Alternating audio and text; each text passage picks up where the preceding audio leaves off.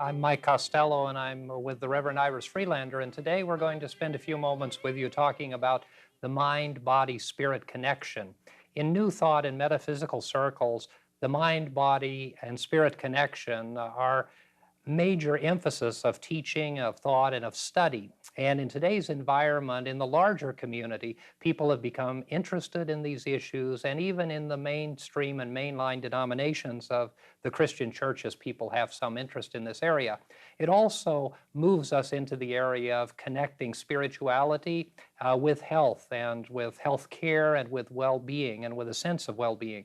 So we thought that today this would be a timely topic and something we'd like to begin to discuss with you and share some ideas with you that are reasonably well known in our circles. And so we'll begin by talking about the mind. And in New Thought, we use mind a great deal as we look at the positive aspects of mind and the negative aspects of mind and the impact that they have upon the quality of our life.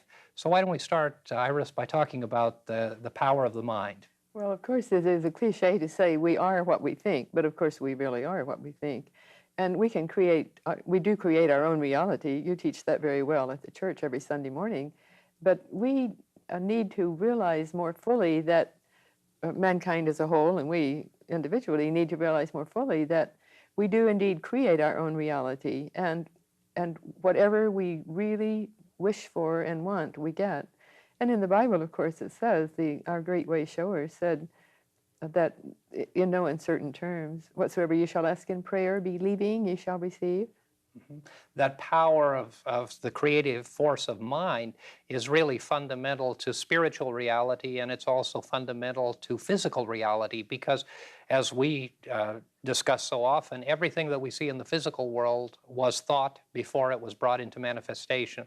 And if we look from a spiritual standpoint, going to the book of Genesis, if we look to that point for information about the creation, we see the recounting of the reality that God thought the world into existence. That is, that it was an idea, and that idea became a reality. Yes, and that's so exciting that we are co-creators with God the whole, and we need to remember that always. And the thought forms, every thought we think, everything we do creates a thought form, and those thought forms are the reality.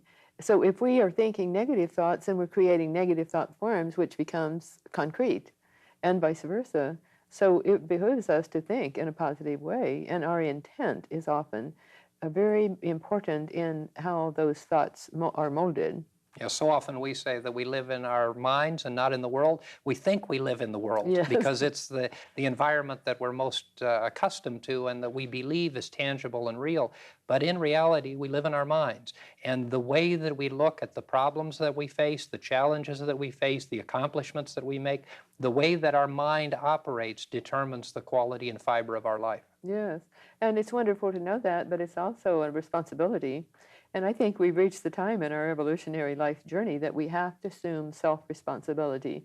And if we don't, we fall far behind, because we have certain obligations to the world and to self and to the Creator as we've gone lifetime after lifetime.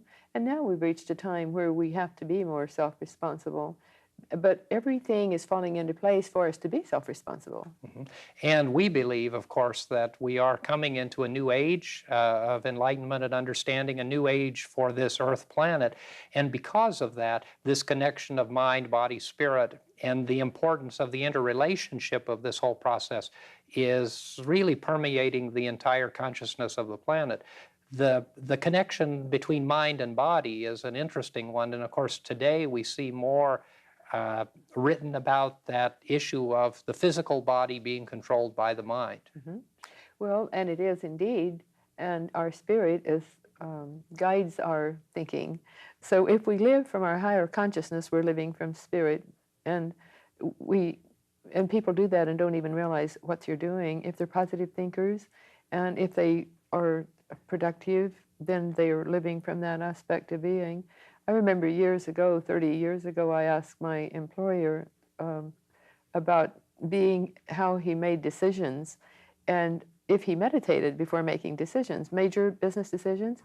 He said, well, you can call it meditation, and it would be that in a form, but I do go within and really give it thought, and I'm sure that you do in your business, in the business world. Very definitely. And I think that the use of intuition as a decision-making tool, and of course, a lot of secular businesses and very successful books and observations that have been made identify the fact that intuition plays a dynamic part of growing and thriving businesses and enterprises, just like it does in growing and thriving lives and Yes. on an individual basis. And so that ability to draw upon the unseen, the intuition, if you Mhm. will, to guide and direct us, connects us with that spiritual aspect of our being. Yes. And of course, we meditate at our church regularly, and I've been teaching meditation now for many years. And to me, that's the most viable way of going within and living from spirit and coming from the spiritual aspect of our own beinghood, because then we're connecting with the higher energies. And that's been a wonderful asset for so many people. In the West, in the East, they meditated well, for centuries, and then we got into the Puritan aspect of spiritual teaching and Christianity, and that was left aside. And now it's come back full force. And I've been meditating for 50 years. Well, so have a lot of other people in the West, but then many have not. And those who do are more, I think, able to handle the stresses of life. And I think that's key because the process of meditation does begin the centering force and the connectiveness of mind, body, and spirit. And that has physical ramifications as well as mental ramifications and spiritual ramifications. But the physical aspect really does allow us to deal more effectively with stress, Yeah. to have more creativity, and also to deal with disease processes. And of course, in your meditation group, you've had some wonderful healings that have taken place. Yes, we have had, and that's a very wonderful thing. And after we had a major healing of someone's heart valve, he didn't need surgery after having the healing 4 times. And he and his wife brought me a gift of some lovely roses. And I told them, please don't give me gifts because I don't do the healing. The healing comes from God. And it does indeed. But the group channels the energy, and then I focus the energy. But that is a wonderful example of how we can use our energies, because all, as you teach so well, all of life is energy and vibration. And so it's not surprising that we can do spiritual healing. Many people do it in many different churches and in different types of churches, and they've learned how to just tap into that energy and accept it.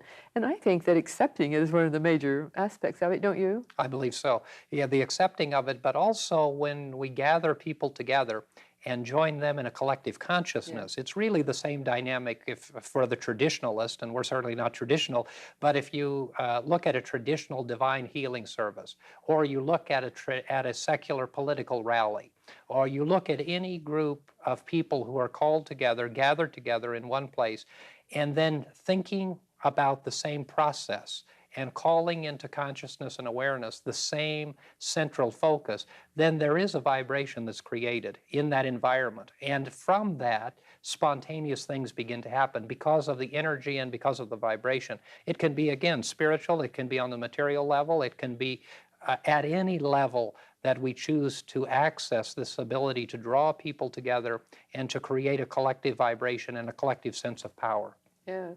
And if we realize that we are mind, body, and spirit, we don't need to just feed our body, we need to feed our minds, feed our spirits in every way, in every aspect of being, then we're more apt to be whole and healthy and strong. And we're able to keep a high mental attitude then and be able to respond to life's problems as they hit us, like colds and flu and so forth, then we don't get hit as hard because we're not accepting it in our higher minds, because every disease starts in the higher bodies, and they start with the higher bodies, and then they sift down through the mental body, through the astral body, through the etheric energy body, and then it manifests in the physical. And as you know, clairvoyantly, that can be seen. And when you see a dark shadow in someone's higher bodies, as you're viewing them clairvoyantly, then you know there's a little problem there. If they've asked for your help and you look, then you can see that. And very often it can be eradicated before it ever hits the physical body. And it's eradicated by the healer, the channeler, the individual, or the person Yeah. themselves realigning their vibratory rate and their energy sense through the mind, body, and spirit connection. Exactly, and Yeah. dispersing the negative energy, the black, the dark force, the dark energy, and then cleansing, bringing in the light, and that does it. It's just like in past life therapy, we find that, as you know, then I've done past life therapy for some time, and there's energy, there's pockets of energy in the aura, and after the therapy session, when they've looked into a past problem, and they go back in time and see where it started, then that dissipates. The darkness or the pool of dark dissipates, and then they don't have that problem anymore. They can see it just as clearly and without problems in their mind. It's just normal.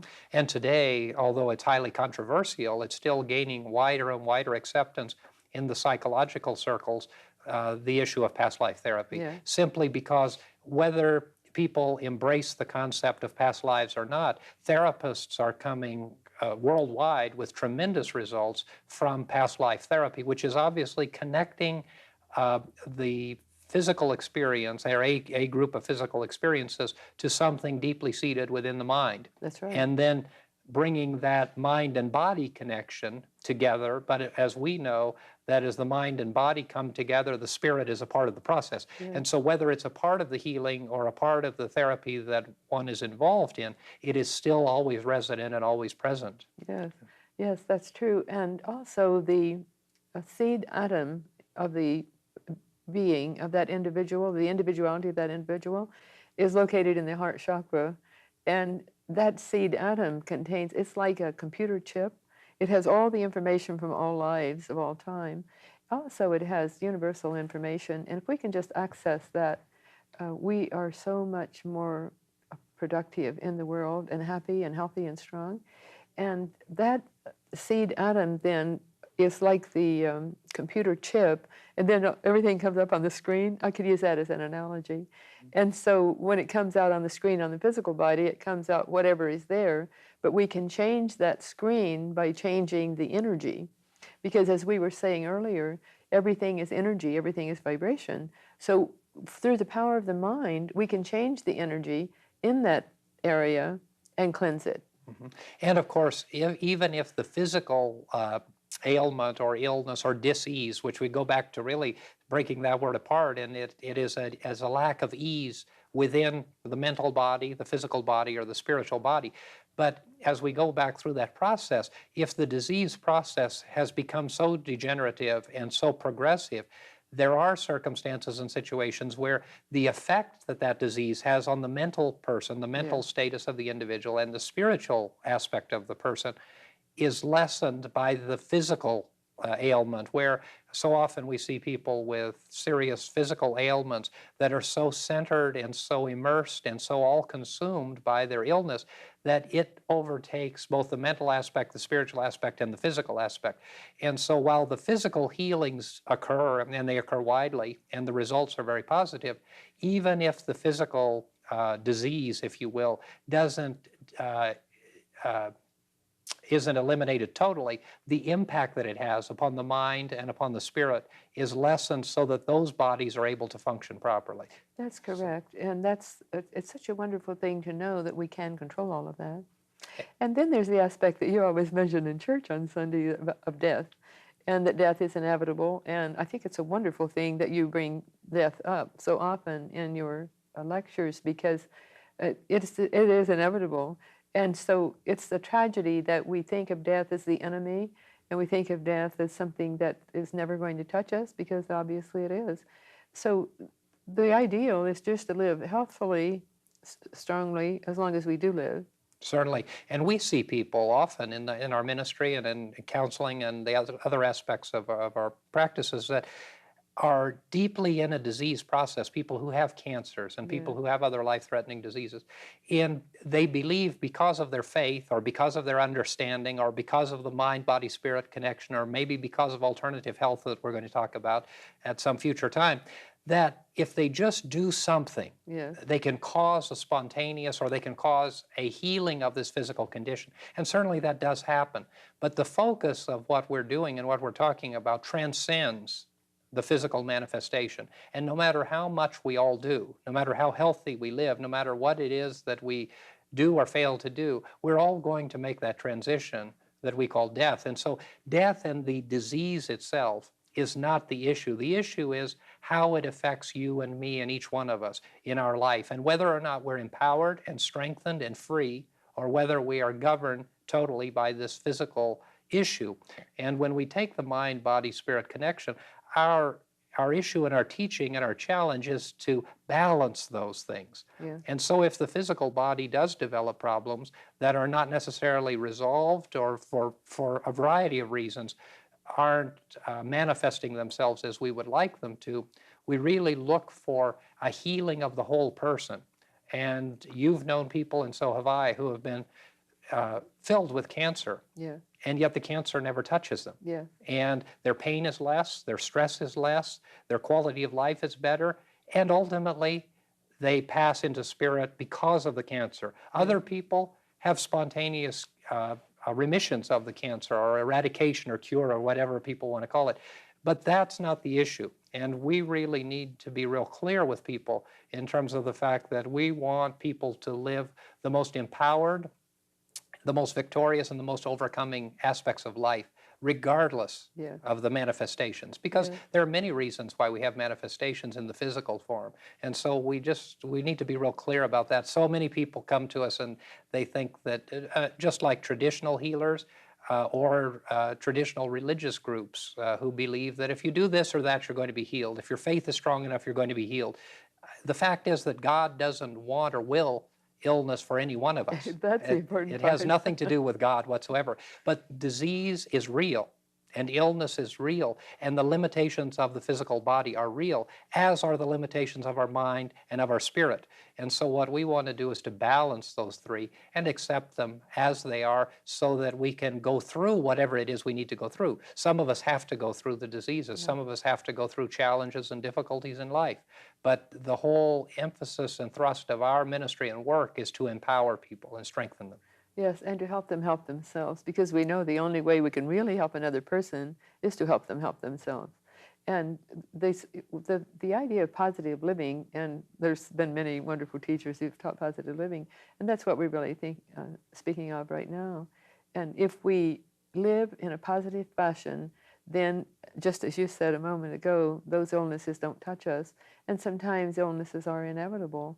But usually we call them into our physical body because of a mental attitude of some kind, one type or another.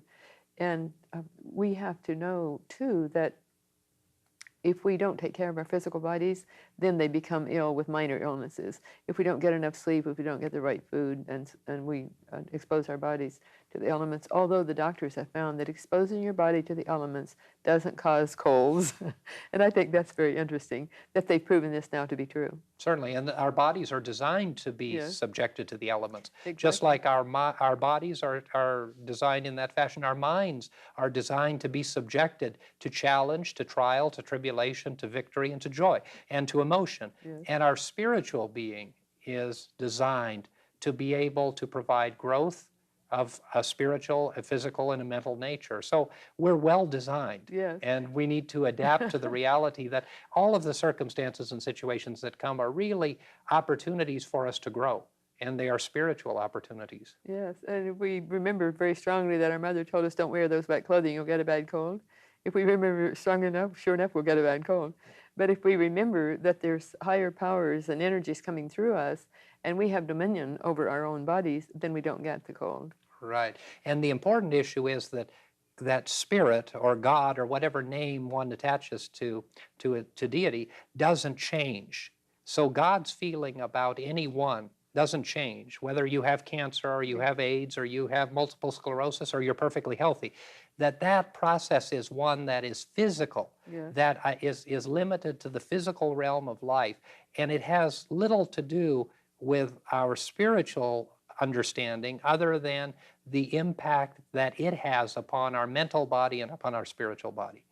Yes, and I understand that there's not very many planets that God gave, to whom God gave free will. And there's our planet and another planet so far off it would take 1 million light years to get there. And so we sometimes abuse our free will by saying, putting the onus on God and saying, well, it's God's will this and God's will that, or we see what we think we have to live the way we think God dictates. But God doesn't dictate, God is love. And so as God is love, if we live from that aspect of being, we're reflecting God more fully. And God never changes. Exactly. And so God's will for us is always that we succeed, that we're healthy, that we're happy, that we're at peace, and all of the good and positive aspects of life. And so life changes and challenges come to us, but they really have nothing to do with God. Yes. And what they do have to do with God is that we have always the ability to take these wonderful gifts of our being, mind, body, and spirit, and align these areas of our consciousness and awareness with the power and the grace of God. Myrtle Fillmore, who is the foundress of Unity, and of course we use a lot of Unity literature in our work, was troubled with tuberculosis, with a variety of diseases in her life. So her physical body was ill. And of course, she lived in the last century and the early part of this century. So medicine didn't offer the advantages that it has. And the use of affirmations and denials was so important. And Myrtle Fillmore used to, among other affirmations, say that I'm a child of God, therefore I do not inherit sickness. And she used that affirmation when the doctors and when she confirmed the fact that she had tuberculosis. There's no doubt that her body had tuberculosis, but her challenge was to attune her mind and attune her spirit to the fact that the real Myrtle Fillmore did not have tuberculosis because it was not within the realm of possibility that she could have it. Her physical body could, but the physical body was only one aspect of Myrtle Fillmore.